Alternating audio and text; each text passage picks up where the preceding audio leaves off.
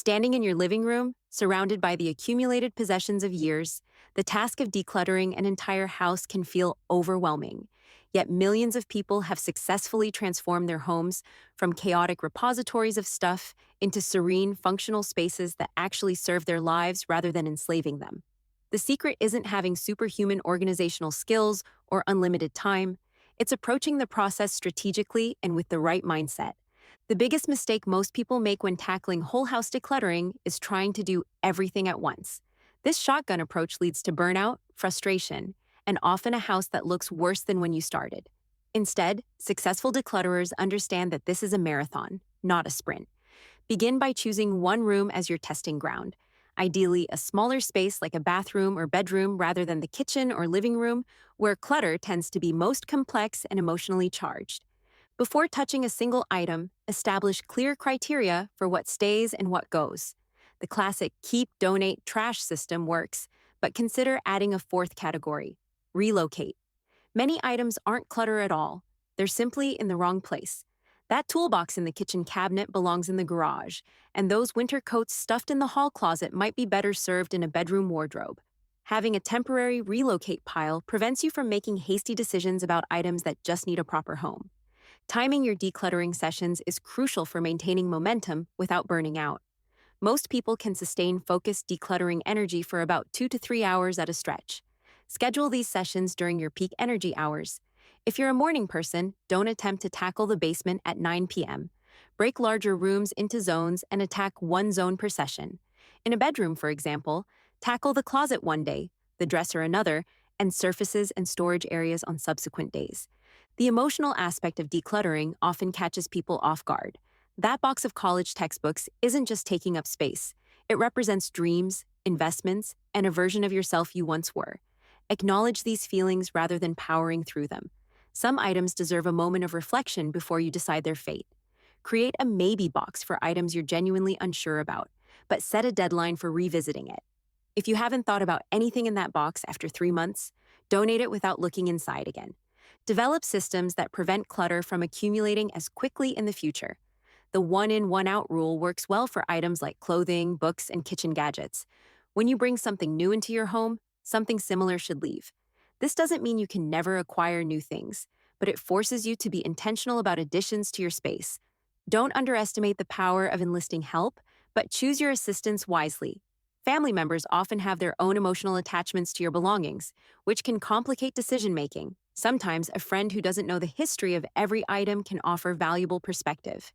They might ask simple questions like, "When did you last use this?" Or, "Does this still fit the person you are now?" That helped clarify your thinking. Storage solutions should come after decluttering, not before.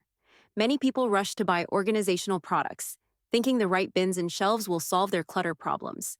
But organizing clutter is just creating neat clutter. First, reduce what you own to what you actually need and love.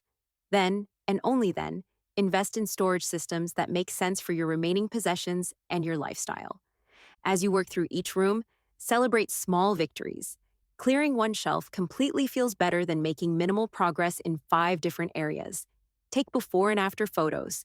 The visual evidence of your progress can be incredibly motivating when you're feeling discouraged.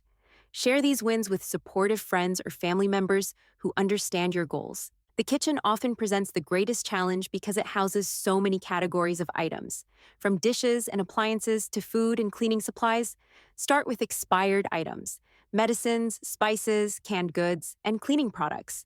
Check expiration dates ruthlessly and dispose of anything past its prime. Then tackle duplicates.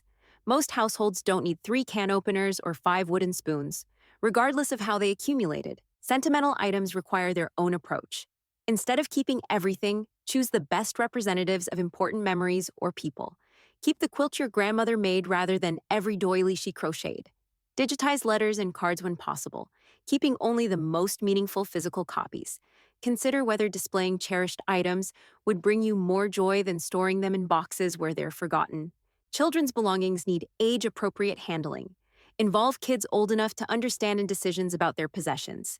This teaches valuable life skills and gives them ownership over their space. For items they've outgrown, explain how donating helps other children while making room for new interests and activities. Remember that decluttering is ultimately about creating space for what matters most in your life. Every item you choose to keep should either serve a practical purpose or bring you genuine joy. When you're questioning whether to keep something, imagine your ideal day in your ideal home. Does this item have a place in that vision? If not, it's time to let it go. The transformation that comes from thoroughly decluttering your entire home extends far beyond just having tidier rooms. Many people report feeling mentally clearer, sleeping better, and finding it easier to maintain their space once the excess is removed. The energy previously spent managing, cleaning around, and mentally cataloging unused possessions becomes available for pursuits that actually enrich your life. Your decluttered home becomes a foundation for the life you want to live, rather than a museum of the life you used to have or thought you should want. Each room serves its intended purpose efficiently, and finding what you need becomes effortless rather than an archaeological expedition. This isn't about living with less for the sake of minimalism, it's about living with intention, surrounded only by things that earn their place in your space and your life.